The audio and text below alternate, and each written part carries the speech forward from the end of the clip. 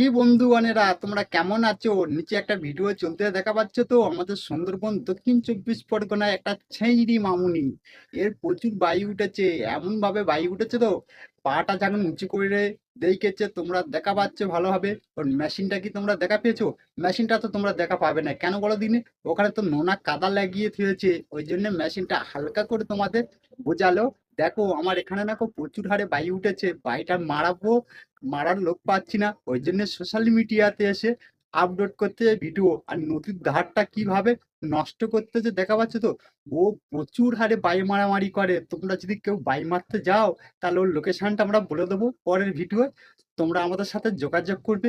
ওর আচ্ছা মতন বাই মারবে, আর ওর ভাতার না গো, ওর ঠিক মতো বাই মারতে পারে না, ওই জন্যে। আর তোমরা যদি না বাই না মারতে পারো তাহলে ঘর থেকে বাঁশ নিয়ে যাবে, ওখানে আচ্ছা মতন গুঁতো দেবে, গুঁতো দিয়ে দিয়ে দিয়ে ওর বাড়িটা পুরো মেরে দেবে, দিলে ও শিক্ষা পেয়ে যাবে।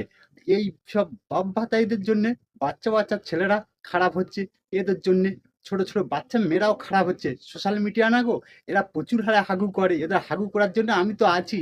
এরা কি নোংরামি ভিডিও যে করবে তার নিয়ে রোস্টিং করবো, রোস্টারটা না গো, এদের মারার জন্য এটি হয়ে আছে। এরা হালকা করে আজকের মারলাম, এর পরের ভিডিও এরা আচ্ছা মতন দেবো। ভিডিওটা এই গানটা শেষ করছি বন্ধুরা। ভিডিওটা যদি ভালো লাগে ভিডিওটা শেয়ার করবেন, আমাদের ইউটিউব চ্যানেলের পাশে থাকবেন বা ফেসবুক পেজে পাশে থাকবেন। আজকের মতন ভিডিওটা এইখানটা শেষ।